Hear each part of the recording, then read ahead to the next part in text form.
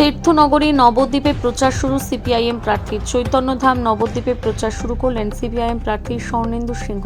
প্রার্থী ঘোষণার পর থেকে নবদ্বীপ শহরাঞ্চল দিয়ে প্রচার অভিযান শুরু সিপিআইএমের। তৃণমূল গড় হিসেবে পরিচিত নবদ্বীপ বিধানসভা কেন্দ্র পরপর 5 বার নবদ্বীপ বিধানসভা জয়ের ধারা অব্যাহত রেখেছে তৃণমূলের নন্দ সাহা। এবারেও প্রার্থী তিনি, আর তাই প্রতিপক্ষ সিপিআইএমের ইতিমধ্যে প্রচার শুরু করল নবদ্বীপে। তৃণমূলের গড় হিসেবে নবদ্বীপ পরিচিত হলেও সিপিআইএম জেতার ব্যাপারে যথেষ্ট আশাবাদী।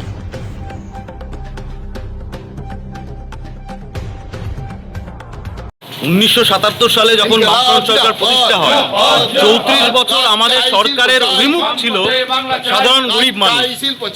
একদম প্রথমেই আমরা যে সিদ্ধান্ত গ্রহণ করেছিলাম যে অবৈতনিক শিক্ষা, আমরা ভূমি সংস্কার করেছিলাম, আমরা শ্রমজীবী মানুষের অধিকার অর্জনের প্রশ্নে আমরা বামফ্রন্ট সরকার একের পর এক গুরুত্বপূর্ণ সিদ্ধান্ত গ্রহণ করেছিল।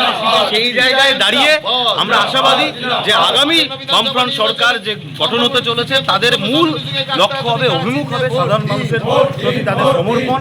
এবং আমাদের লক্ষ্য, রাজ্যে অনেক যুবক যুবতী তারা বেকার, শিক্ষা বেহাল, শিক্ষার পুনর্গঠন, স্বাস্থ্যের পুনর্গঠন এবং রাজ্যে যুবক যুবতীদের হাতে কাজের ব্যবস্থা করা, নারীদের সম্মান নিশ্চিত করা এবং ভাতা সঙ্গে সঙ্গে স্বনির্ভরতা আমাদের প্রধান লক্ষ্য।